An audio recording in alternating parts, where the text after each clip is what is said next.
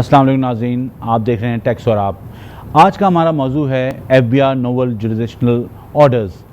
और ये FBI की जो दायरा कार है उसमें जो उन्होंने चेंजेस की हैं, जो जुरिसडिक्शन अमेंडमेंट्स की हैं, उसके लिहाज से हम आज बात करेंगे। लेकिन सबसे पहले हम बात करेंगे आज कराची की। कराची की बात करने से पहले हमारे पास एक पैकेज है, भावलपुर से हमारे रिपोर्टर ने तैयार किया है। पहले वो देखते हैं, फिर कराची की बात करेंगे।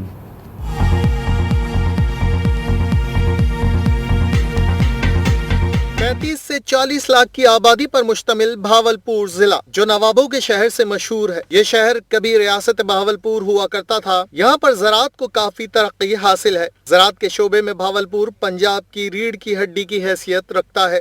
हमारे मुल्क के जो टैक्स का निज़ाम है उसमें हुकूमत को बेहतरी लाना होगी। टैक्स लेना रियासत का हक है और हम ताजिर अपने मुल्क की तरक्की के लिए खुशी से टैक्स देना चाहते हैं। हुकूमत को भी चाहिए कि वो ताजिर से तरह तरह का टैक्स न ले, ताजिर पर माकूल और मुनासिब टैक्स मुकर्रर कर दिया जाए। यहाँ गंदम, गन्ना, कपास समेत सब्जियों की वसी पैमाने पर काश्त की जाती है। जबकि अगर बात की जाए इंडस्ट्रियल जोन तो भावलपुर दीगर शहरों की निस्बत काफी पीछे है। इस जिले में छोटे बड़े कारोबारी मराकज हैं जो सालाना मुल्क की मईशत को चलाने के लिए 15,000 मिलियन से जायद टैक्स अदा करके मुल्क की मईशत को संभाला देते हैं। ताजिर बरादरी है वो हमेशा टैक्स देती आई है और हमारे टैक्स पे ही गवर्नमेंट चलती है और हमने हमेशा टैक्स सही हमारी हमेशा ये रिक्वेस्ट रही है गवर्नमेंट से कि टैक्स का सही प्रॉपर इस्तेमाल किया जाए। हमें मुख्तलिफ औकात में मुख्तलिफ तरीक़ों से टैक्स हमारे ऊपर लगाया जाता है।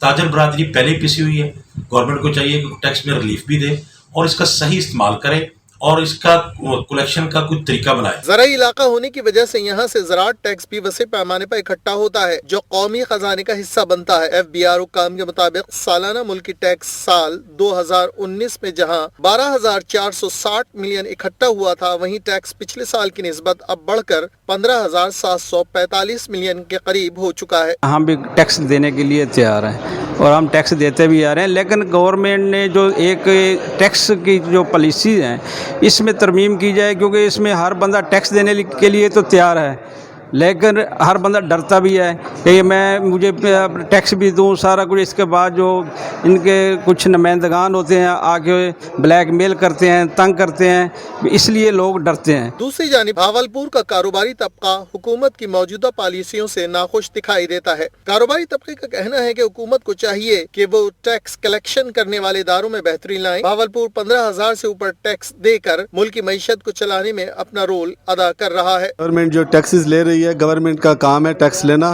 और ताजिर बिरादरी भी टैक्स दे रही है। मुख्तलिफ़ किस्म के टैक्स लगाए जा रहे हैं। हम ये चाहते हैं कि जो टैक्स गवर्नमेंट ले रही है वो आवाम की बेहतरी और ताजिरों की बेहतरी के लिए इस्तेमाल किया जाए। ताहम इसके बावजूद भावलपुर बुनियादी सहूलियात से भी महरूम है। हुकूमत को चाहिए कि भावलपुर से इकट्ठे होने वाले टैक्स का माकूल हिस्सा इस शहर की बुनियादी ज़रूरियात पर खर्च करे।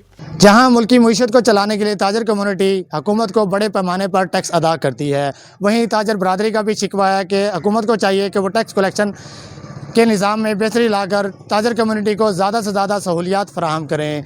प्रोग्राम टैक्स और आपके साथ राना कलीम, बहावलपुर। आपने हमारे रिपोर्टर राना कलीम की रिपोर्ट देखी।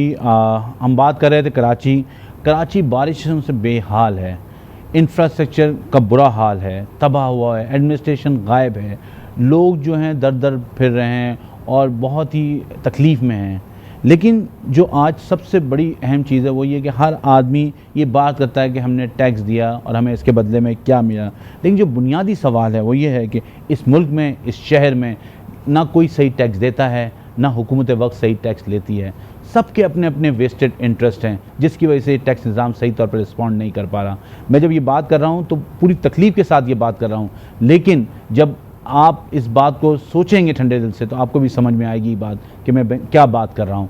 ये इस वक्त जो सबसे बुरी सूरत हाल है वो ये है कि हम अगर अपना सही टैक्स देना शुरू करें तो उसमें कोई बुराई नहीं है। आप ये सवाल कर रहे हैं कि हम क्यों अपना टैक्स दें आप, लेकिन सवाल करें कि वो टैक्स का पैसा कहाँ गया, वो कैसे खर्च हुआ, वो क्यों खर्च हुआ, ये सवाल पूछना है। लेकिन ये सवाल आप कब पूछ सकते हैं, जब अपना सही टैक्स दें। आज हर तरफ ये बात हो रही है कि DHA को, कंटेनमेंट को प्रॉपर्टी टैक्स दिया, बिल्कुल दिया, लेकिन जो असासों की बात हो रही है उसकी डिक्लेरेशन वेल्थ स्टेटमेंट में FBR के पास होती है। क्या आपने उतने असासे अपने डिक्लेयर किए हैं? ये क्लेम करने से पहले ज़रा सोचना भी ज़रूरी है, क्योंकि ये हमारे यहाँ जितना बड़ा इंफ्रास्ट्रक्चर का मसला है, जितना इंफ्रास्ट्रक्चर गायब है, जितना इंफ्रास्ट्रक्चर ख़राब है, इतना ही हमारा डिक्लेरेशन का जो एलिमेंट है वो ख़राब है, डिक्लेरेशन उतनी ही ख़राब है। तो इस चीज़ में सबसे इम्पॉर्टेंट चीज़ ये है कि आपको अगर इंफ्रास्ट्रक्चर सही करना है, आपको शहर को सही करना है, तो आपको अपने डिक्लेरेशंस भी सही करनी पड़ेंगी, आपको अपने जो आपने असासे हैं उनको भी डिक्लेयर करना पड़ेगा। तो ये सब चीज़ें नेक टू नेक चलेंगी। अगर आप नहीं चलाएंगे तो इसी तरह की डिस्टॉर्शन आएगी, और ये डिस्टॉर्शन जब तक आती रहेगी जब तक आप लोगों से सवाल नहीं करेंगे कि मैंने ये टैक्स दिया है, इस टैक्स के रिटर्न में मुझे क्या मिला। और ये जब ही हो सकता है जब आप अपना सही टैक्स दें, अपनी सही डिक्लेरेशन करें। तो ये एक बुनियादी चीज़ है जिस पे हमें इस वक्त सोचना चाहिए। कराची का जो हाल है, सब बात कर रहे हैं कि सिंध की 90% टैक्स कराची देता है, पाकिस्तान का 70% टैक्स कराची देता है, लेकिन इन सब चीज़ों के बावजूद भी डिक्लेरेशन के जो एलिमेंट्स हैं, जो मसाइल हैं, उनको हमें सही करना पड़ेगा। और ये कोई नहीं कर सकता, ये कोई हुकूमत नहीं कर सकती, ये सिर्फ आपको आगे बढ़ना है। आपने अपना सही डिक्लेरेशन फ़ाइल करना है, और उसके बाद देखिएगा जिस तरह डेवलप कंट्रीज़ में, डेवलप टैक्स इकॉनमीज़ में जिस तरह लोग सवाल करते हैं, जिस तरह उनको वसाइल मिलते हैं, उसी तरह पाकिस्तान में भी इंशाल्लाह वो वक्त आएगा कि चीज़ें मिलेंगी। इस वक्त हम 22 करोड़ आवाम और 1% टैक्स फाइलर, तो ये इतना बड़ा गैप है जिसको फिल होने की ज़रूरत है। हमें मेहमानों ने ज्वाइन किया है, इस ब्रेक के बाद उनसे बात करेंगे और फिर देखेंगे उनका क्या मौक़िफ़ है। जो आज का हमारा मौजू है FBR नोवल जुडिशनल ऑर्डर्स पे। आए ब्रेक के बाद वापस आते हैं।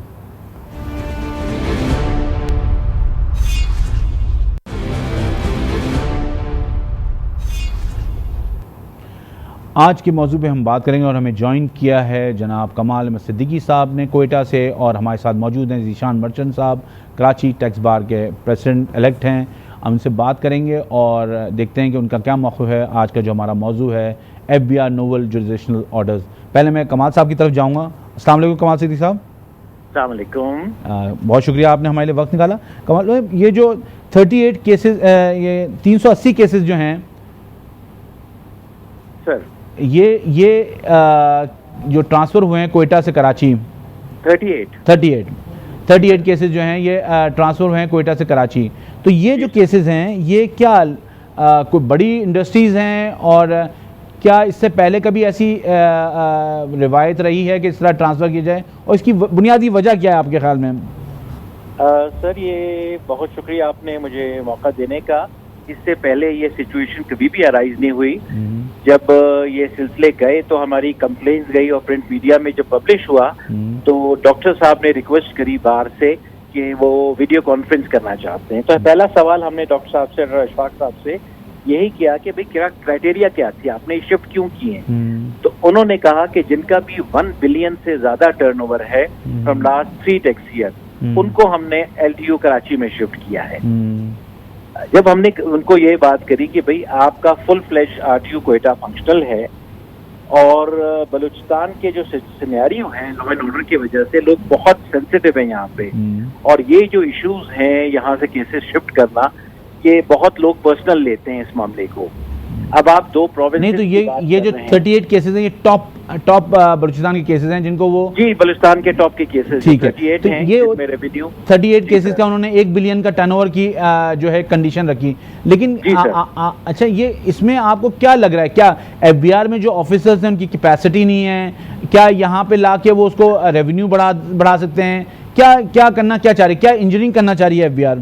सर, मुझे ये बाहर जब हमने ये क्वेश्चन डॉक्टर साहब से कहा तो उन्होंने कहा कि ये बिल्कुल ऐसा नहीं होगा, ये सारे कोयटा में ही असेस होंगे, LTO कराची का ऑफिसर कोयटा आएगा। अच्छा, मुझे ये बात समझ नहीं आई। मैंने कहा भाई अगर आप बढ़ाना चाहते हैं तो कैपेसिटी कोयटा की बढ़ाइए, यहाँ आप LTO खोलिए, MTU खोलिए, और उसके बाद आप अपने जो भी बेस्ट ऑफिसर्स हैं अपॉइंट करिए ताकि यहाँ की कैपेसिटी भी बढ़े। सही। अनवर भाई, बहुत इंपॉर्टेंट बात यह है कि सिर्फ एलटीयू शिफ्ट करना काफी नहीं है, इसमें कॉन्स्टिट्यूशनल इश्यूज भी आएंगे और दूसरे जुडिशियल के इश्यूज आएंगे, अपीलेट अथॉरिटीज के इश्यूज आएंगे हमारे। लेकिन अपीलेट अथॉरिटी तो अभी भी अगर ट्राइब्यूनल को देखें तो वो तो कराची ट्राइब्यूनल ही कोयटा को केसेस को अभी भी।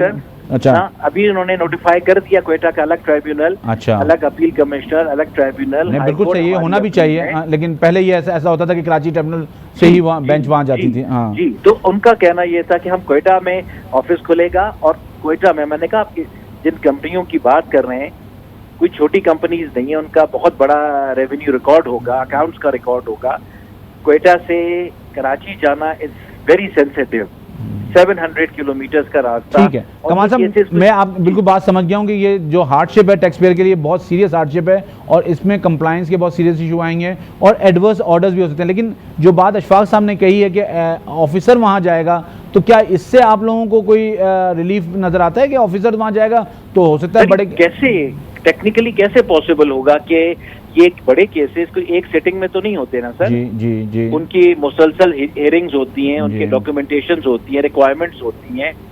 फिर ये वाला हाल होगा जो हमारे पहले होता था कि वो ऑफिसर एक वीक का कैंप लगाता है, रश में असेसमेंट करते हैं और एक नया सिनेरियो अजीबोगरीब। बिल्कुल ठीक है, मैं आपकी तरफ आता हूँ। कौन साहब, मैं जरा ज़ीशान मर्चेंट साहब से बात कर लूँ। अस्सलाम वालेकुम ज़ीशान।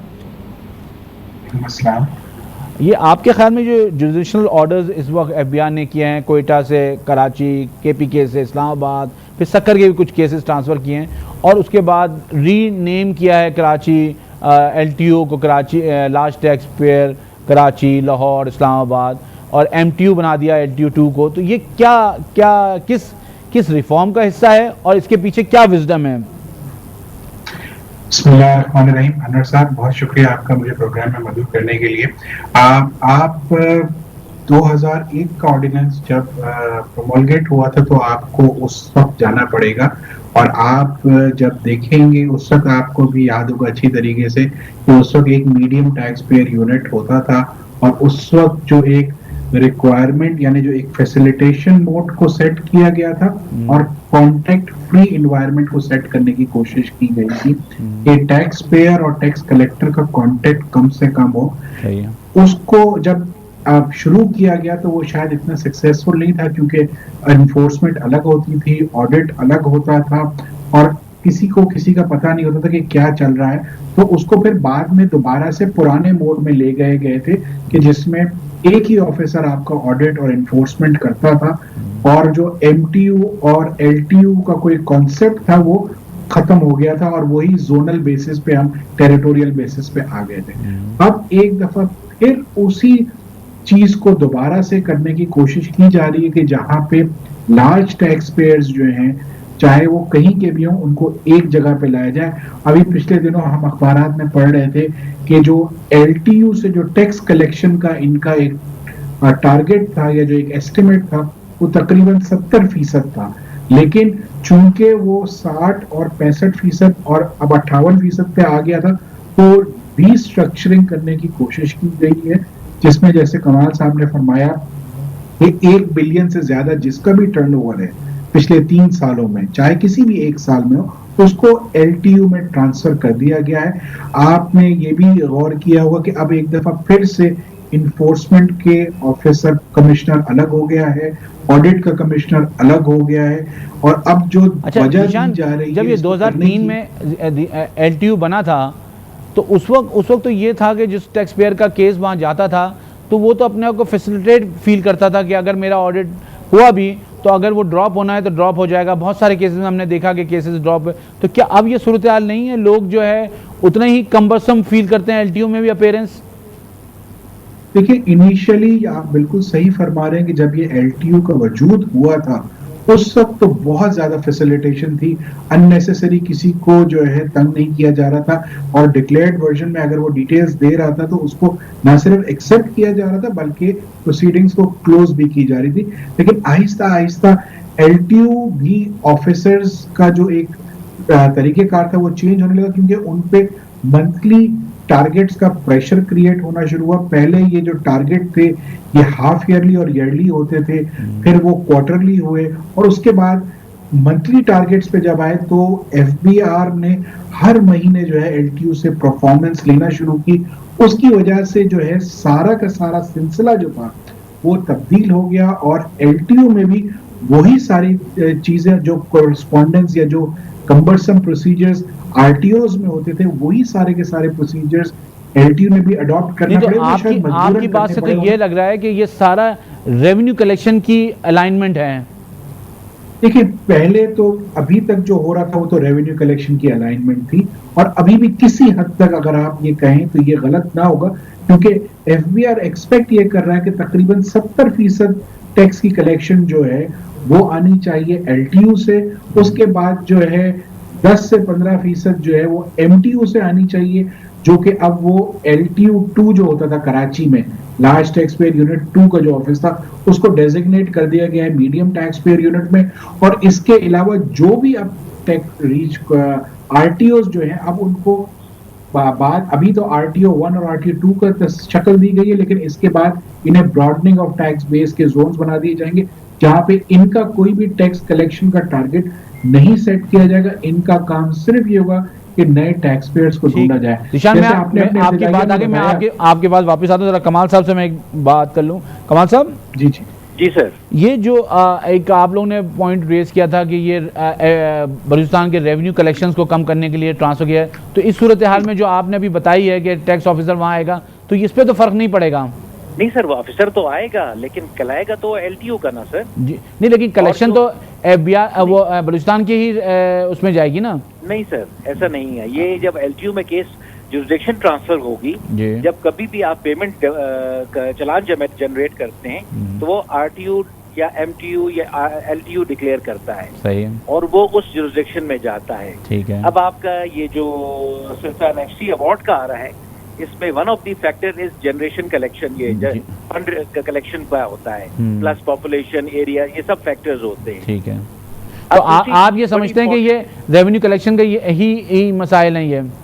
ये भी मसले बनेंगे। और दूसरी बात है कि अभी सीपैक के हवाले से हमारे वजीर आला साहब हर लेवल पे मीटिंग्स कर रहे हैं अमेरिका में, डिफरेंट कंट्रीज में, और उनको ये बता रहे हैं कि हम वन विंडो ऑपरेशन करेंगे, सारी फैसिलिटी अंडर वन रूफ होगी। ये सारी चीजें तो फिर डिस्पर्स हो रही है ना सर। ठीक है। अभी जो रेजोल्यूशन पास हुआ ट्यूसडे को सेनेट में, यूनानिमस रेजोल्यूशन था फॉर बलूचिस्तान एंड पेशावर। उन्होंने कहा कि आप कॉन्स्टिट्यूशन के अगेंस्ट काम कर रहे हैं। और दूसरी बात बड़े इम्पोर्टेंट जो पेशावर हाई कोर्ट ने डिसीजन दिया है, उसने कहा कि nobody has the ultimate power. हमारे मोहतरम डॉक्टर साहब ने फरमाया कि जी as per income tax ordinance 2001 हमारे पास ये पावर्स हैं अल्टीमेट कि हम किसी भी केस को कहीं भी शिफ्ट कर सकते हैं। और हाई कोर्ट ने ये डिसीजन अच्छा, अब आप क्या समझते हैं? आप क्या इसका आपके ध्यान में क्या प्रपोजल है, या आप क्या एफबीआई को इसकी रेमेडी या इस पे क्या एडवाइस करेंगे आप?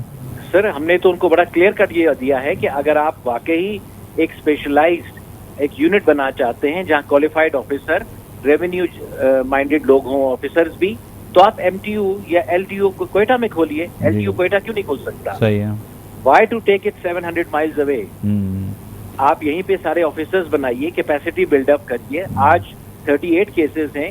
अब ये सीपैक में जो इन्वेस्टमेंट्स आ रही हैं, मुसलसल जो कॉन्फ्रेंसेज हो रही हैं, ये तो बहुत ज्यादा बढ़ेंगे। बिल्कुल सही है। बहुत बड़ी बड़ी कंपनीज आ रही हैं जो यहाँ पे बिजनेस करना चाह रही हैं। आपके इकोनॉमिक जोन्स डेवलप हो रहे हैं। ये तो बहुत बड़ा काम बढ़ेगा। इस तरह तो ये शॉर्टकमिंग से मसला हल होगा नहीं, आपको लॉन्ग टर्म प्लानिंग करनी पड़ेगी। एग्जैक्टली। और दूसरी बात ये बात अनवर भाई कि हम प्रोफेशनल्स कहाँ जाएंगे जब ये सारे बड़े केसेस कराची शिफ्ट हो जाएंगे? तो एक बहुत बड़ा सेटबैक प्रोफेशनल उसको भी मिलेगा। नहीं, देखिए वो तो देखिए क्लाइंट के लिए अगेन कॉस्ट होगी। अगर वो आपको लेके आएगा कराची और कराची में आएगा तो वो तो हमें वो प्रेफर करेगा ना सर, कराची का लॉयर को तो इकोनॉमिकल पड़ेगा ना। हाँ, ठीक है, बिल्कुल सही है। तो ये बेसिकली बलूचिस्तान के लिए economic activity point of view से ये चीज नहीं सही है। तो आप इसको अपोज करते हैं और आप समझते हैं कि इसको विड्रॉ होना चाहिए इमीडिएटली?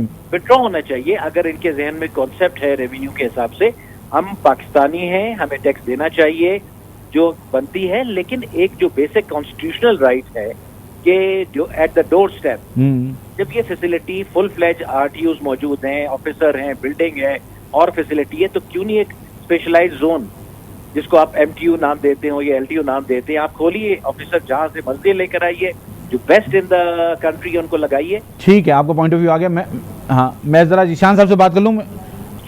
जी जीशान साहब, ये जो सूरत हाल है इस वक्त कराची की, और कहा जाता है कराची पोर्ट सिटी है, बिजनेस हब है, 70% टैक्स देता है पाकिस्तानी एक्सचेकर में, और ये सूरत हाल है, आप क्या समझते हैं, आपके ख्याल में क्या वजह है इसकी? देखिए, ये आपने भी फेस किया होगा, हमने सबने फेस किया कि पिछले 5 से 6 दिन जो है ऐसी डेविस्टेशन रही है, और गवर्नमेंट का, चाहे वो प्रोविंशियल गवर्नमेंट है, उसका इंफ्रास्ट्रक्चर या उसकी जो प्लानिंग थी वो सब सामने खुल के आ गई है। और आप देखिए ना कि कराची जो है इस वक्त कंट्रीब्यूशन चाहे सूबाई सतह पे हो या फेडरल सतह पे हो, इस वक्त नंबर 1 कंट्रीब्यूटर है। और अगर उसको इसी तरीके से इग्नोर किया जाएगा तो यकीनन यहाँ पे एक वो फजा कायम होगी कि जी हम जो इतना टैक्स कंट्रीब्यूशन कर रहे हैं तो फिर वो उसका फायदा क्या है। जैसे नहीं, वो बात ठीक है, लेकिन जीशान आप भी इस प्रोफेशन से मुंसलिक हैं और आप भी चीज़ों को वॉच करते हैं। आप ये मुझे बताएं कि लोग जो हैं वो इस टैक्स पे बात करना नहीं चाहते हैं, टैक्स पे वो अपनी आरा नहीं देना चाहते, वजह क्या है इसकी? देखिए, वो फ्रस्ट्रेटेड हैं, वो बहुत ज्यादा फ्रस्ट्रेटेड हैं, क्योंकि चाहे वो जितना भी कंट्रीब्यूट कर लें, चाहे वो जस्ट कंट्रीब्यूशन हो, चाहे वो अनफेयर कंट्रीब्यूशन हो, यानी उनके हिसाब से कम कंट्रीब्यूट कर रहे हो, लेकिन उसके रिटर्न में उन्हें कोई चीज नहीं मिलती। अब आप कराची का जो बिजनेस हब है II चुंदरीगढ़ रोड, अगर आप उस पे आज चले जाइए, मैं आज वहां से कोशिश की अपने दफ्तर जाने की, दफ्तर में मेरे 5 दिन से लाइट नहीं है, मेरा दफ्तर स्टेट बैंक के बिल्कुल बराबर में है। ये मैं आपको वो हाल बता रहा हूँ कि जो मेन बिजनेस आर्टरी है कराची की, जो सारा रेवेन्यू कलेक्शन में बहुत पेश है, टावर के पास जाइए तो पानी खड़ा हुआ है तकरीबन आधे फीट के करीब। ये 6 दिन बारिश को हुए हो गए हैं, लेकिन कोई भी एम्यूनिटी नजर नहीं आ रही, कोई भी गवर्नमेंट नजर नहीं आ रही काम करते हुए, और टैक्स पेयर को अपने दुकानों में, आपके ख्याल में जो टैक्स कलेक्ट किया हुआ है वो रिटर्न नहीं हो रहा, वो लग नहीं रहा वापस? यकीनन नहीं लग रहा, चाहे वो सूबाई सतह पे हो या वो फेडरल सतह पे। बहुत बहुत शुक्रिया जीशान मर्चेंट साहब आपका। कमाल अहमद सिद्दीकी साहब हमारे साथ, हमारे मेहमान मौजूद थे, और जो हम कोयटा की बात कर रहे थे, कोयटा से 38 केसेस को जो है कराची LTO में ट्रांसफ़र किया गया है, उस पर बड़ा सीरियस रिजर्वेशन था कोयटा के कमाल सिद्दीकी साहब का, जो कि सीनियर लॉयर हैं, कि वो टैक्स पेयर के लिए फैसिलिटेशन नहीं होगी, उसके लिए हार्डशिप होगी। तो मेरे ख्याल में FBI को उसको देखना चाहिए कि ये हार्डशिप नहीं होनी चाहिए, बिकॉज FBI टैक्स पेयर को जब तक फैसिलिटेट नहीं करेंगे टैक्स सिस्टम आगे नहीं बढ़ेगा, रेवेन्यू कलेक्शन बेहतर नहीं होंगे। हमें यहाँ एक ब्रेक लेना है, ब्रेक से वापस आएंगे हम, फिर आपके सवालों के जवाब देंगे और आप हमें लाइव कॉल भी कर सकते हैं। वापस आते हैं ब्रेक के बाद।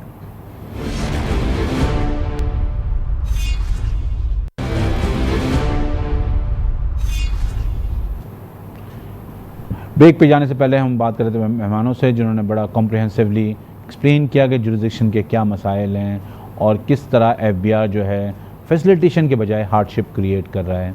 तो मेरे ख़्याल में हुकूमत वक्त को इसको देखना चाहिए कि FBI as an institution tax filer जो उसके पास रजिस्टर हैं उनको फैसिलिटेशन दे और उनको इंसेंटिवाइज करे।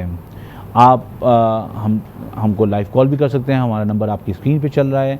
आज देखते हैं आपने हमसे जो सवाल किए उनके जवाब आपको देते हैं। आज का पहला सवाल, मैं लाहौर का शहरी हूँ, काम कराची में करता हूँ, मेरा जुरिसडिक्शन कहाँ की बनेगी? आप अगर लाहौर के शहरी हैं और कराची में काम करते हैं और अगर आप सैलरीड इंडिविजुअल हैं तो जहाँ आपकी विथहोल्डिंग हो रही है आपकी जुरिसडिक्शन वहाँ की बनेगी। अगर आप बिज़नेस का कारोबार कर रहे हैं, कोई अपना ट्रेडिंग कर रहे हैं, तो फिर आपको लाहौर में, और जहाँ लाहौर में भी जुरिसडिक्शन एरिया वाइज डिफाइंड है, उस एरिया का जहाँ आपका एड्रेस है, अगर आपने ऑफिस का कोई एड्रेस दिया हुआ है, अगर आप प्रोप्राइटरशिप हैं तो उस एड्रेस के बेस पे आपका जो है जुरिसडिक्शन होगा, और उस जुरिसडिक्शन के तहत आपका कमिश्नर, कंसर्न कमिश्नर, वहाँ आप ऑनलाइन रिटर्न फाइल करेंगे, वो ऑटोमेटिकली उनके पास चला जाएगा। और ये जुरिसडिक्शन जो है बिज़नेस के केस में लाहौर का होगा, लेकिन अगर आप विथहोल्डिंग सैलरी हैं तो वो कराची में विथहोल्डिंग होगी और आपको रिटर्न यहाँ पे, क्योंकि आप एम्प्लॉय होंगे कंपनी के जो यहाँ पे काम करती है, कारोबार करती है, तो आपको रिटर्न यहाँ फाइल करना होगा। आज का दूसरा सवाल, मेरा कारोबार पूरे पाकिस्तान में, क्या मैं टैक्स रिटर्न कहीं भी फाइल कर सकता हूँ? अब ये आसानी हो गई है कि टैक्स रिटर्न ऑनलाइन फाइल किए जाते हैं। पहले ये नहीं होता था। आप पूरे पाकिस्तान में काम करें, जहाँ के आप बिज़नेस आपका एड्रेस होता था, आपको रिटर्न उस जुरिडिक्शन के मुताबिक फ़ाइल करना पड़ता है। रिटर्न तो आप ऑनलाइन फ़ाइल कर देते हैं, लेकिन जो आपका बिज़नेस एड्रेस है उसके मुताबिक कमिश्नर अज्यूम करता है आपका चार्ज, आपका जुरिडिक्शन, और वो जुरिडिक्शन आपका होता है जहाँ से आपको नोटिस आ सकता है, जहाँ से आपने रिटर्न फाइल किया उसको एक्सेप्ट होगा, वहाँ से आपको ऑर्डर इशू होंगे, वहाँ से उसी कमिश्नर को आपको कंप्लाइंस करनी होगी, और वही आपका टैक्स जिसके ऑफिसर या टैक्स सर्कल होगा। आज का तीसरा सवाल, क्या ऑनलाइन सिस्टम होने के बावजूद जुरिडिक्शन की कोई अफादियत? बिल्कुल है। ऑनलाइन सिस्टम एक फैसिलिटी है, और ये जब आपको ईज़ दी गई है कि आप कहीं भी बैठे हुए अपना रिटर्न फाइल कर दें, लेकिन जब वो रिटर्न पोर्टल में जाता है तो उसके बाद वो सिस्टम खुद उसको एलोकेट करता है, और वो जाके किसी के जो भी जुरिडिक्शन आपका होगा जिस एड्रेस के मुताबिक, वो उसके फोल्डर में कमिश्नर के गिर जाएगा, और वहाँ से उसके फिर वो सब ऑर्डिनेटर के पास जाएगा, और अगर आपका केस ऑडिट में सेलेक्ट हुआ है या कमिश्नर ने उसको ऑडिट में लिया है तो उसके मुताबिक आपको नोटिस इशू किया जाएगा। तो जुरिडिक्शन की अपनी अफादियत तो है। ऑनलाइन जो है वो फैसिलिटी है जो आप जो है अपना रिटर्न ईज़िली और कहीं से बैठ के जमा करा सकते हैं। आज का चौथा सवाल, टैक्स प्रोफाइल क्या है? टैक्स प्रोफाइल जो है वो ये है कि आप एज एन इंडिविजुअल आपका प्रोफाइल अपडेट होना चाहिए। टैक्स FBI में जब एक्सेस किया जाए तो आपका नाम, आपका CNIC नंबर, आपका जो है बैंक अकाउंट, आपका KEC का नंबर, आपका जो है ओनरशिप, अगर आप रेंटेड प्रेमिसेस में बिज़नेस कर रहे हैं तो रेंट एग्रीमेंट की डिटेल आपकी वहाँ होनी चाहिए, अगर आपकी ओनरशिप है तो प्रॉपर्टी की डिटेल होनी चाहिए। तो वो डेटा होना चाहिए ताकि पता चल सके आप कहाँ से कैसे कारोबार कर रहे हैं, या आपका जो एक्सेस है, कल आपके ख़िलाफ़ कोई नोटिस है, आपको कोई चीज़ आपको सर्व करनी है तो वो किस एड्रेस पे जाए। तो ये प्रोफाइल आपको अपडेट करते रहना चाहिए।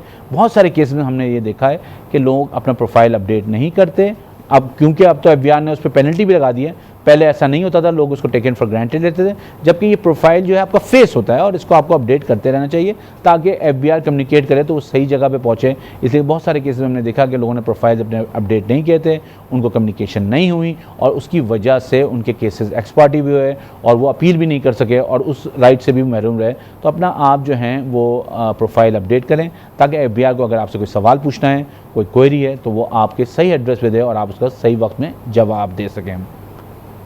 आज का 500 सवाल, क्या मेरा CNIC ही मेरा NTN है और इसके ज़रिए FBI मेरे बैंक अकाउंट और क्रेडिट कार्ड को एक्सेस कर सकता है? जी, अब आज के दौर में ये हो गया है कि आप एज एन इंडिविजुअल आपका जो CNIC है वही आपका CNIC जो है आपका NTN बन जाता है, और NTN रेफरेंस के तौर पे यूज़ होता है आपके, लेकिन आपके CNIC से पूरा आपका डेटा एक्सेस हो सकता है, आपका बैंक अकाउंट एक्सेस होता है, आपका क्रेडिट कार्ड एक्सेस होता है, और आप जहाँ जिस गवर्नमेंट पोर्टफोलियो में आपका रजिस्ट्रेशन होगी वो एक्सेस हो सकता है। तो ये जो CNIC है अब ये NTN बन चुका है, और ये NTN जो है FBI इसको ज़रिए आपको, अगर आपका रजिस्ट्रेशन हुआ है, प्रोफाइल अपडेट है, तो FBI आपके बैंक अकाउंट्स और आपके क्रेडिट कार्ड को एक्सेस कर सकता है। हम हमेशा अपने प्रोग्राम में क्लोजिंग में बात करते हैं कि हुकूमत को टैक्स तो लेना चाहिए, लेकिन टैक्स लेने के लिए रीजनेबिलिटी भी बहुत ज़रूरी है। उनको ये सोचना चाहिए कि आप टैक्स रेट बढ़ाते जाएंगे, टैक्स कलेक्ट नहीं होगा। आपको कम टैक्स लगाना चाहिए और सब पे लगाना चाहिए। इससे ये होगा कि हर एक पे बर्डन शिफ्ट होगा, हर आदमी अपना शेयर करेगा और आपको रेवेन्यू भी बढ़ेगा। ये बहुत ज़रूरी है। यहाँ पे देखा गया है कि आप जो हैं टैक्स रेट बढ़ाते रहते हैं, अपने आप एक्सपेक्टेशन, अपने बजटिंग करते रहते हैं, लेकिन जब वो कलेक्शन की बात होती है तो कलेक्शन के वक्त वो चीज़ पूरी नहीं हो सकती और रेवेन्यू टारगेट्स आपके मीट नहीं हो पाते। तो ये बड़ा अहम है कि आप रेवेन्यू टारगेट कितने रियलिस्टिक रखते हैं, कितने आप समझते हैं कि ये आपकी इकनॉमिक एक्टिविटी के मुताबिक हैं। तो ये बहुत इंपॉर्टेंट चीज़ है और इस बात का FBI को भी इदराक होना चाहिए और हुकूमत वक्त को भी, क्योंकि पॉलिसी वो बनाते हैं और वही लोगों की पल्स जानते हैं, वही जानते हैं कि लोगों की क्या सूरत हाल है, महंगाई से कितने परेशान हैं, बिज़नेस एक्टिविटी है या नहीं। तो हुकूमत वक्त को पॉलिसीज़ ऐसी बनानी चाहिए जो लोगों के लिए फैसिलिटेशन का बायस बने, लोगों के लिए कंड्यूसिव इन्वायरमेंट हो ताकि वो अपना बिज़नेस भी कर सकें और अपना ड्यू टैक्स भी दे सकें। इस बात के साथ मुझे इजाज़त दीजिए। आप हमें फ़ीडबैक दे सकते हैं फेसबुक पेज पे और ट्विटर हैंडल पे, और आप कोशिश करें कि अपना ड्यू टैक्स दें, क्योंकि अगर पाकिस्तान का टैक्स निज़ाम मजबूत नहीं होगा तो पाकिस्तान आगे नहीं बढ़ेगा। मजबूत टैक्स निज़ाम, मजबूत पाकिस्तान। अल्लाह निगहबान।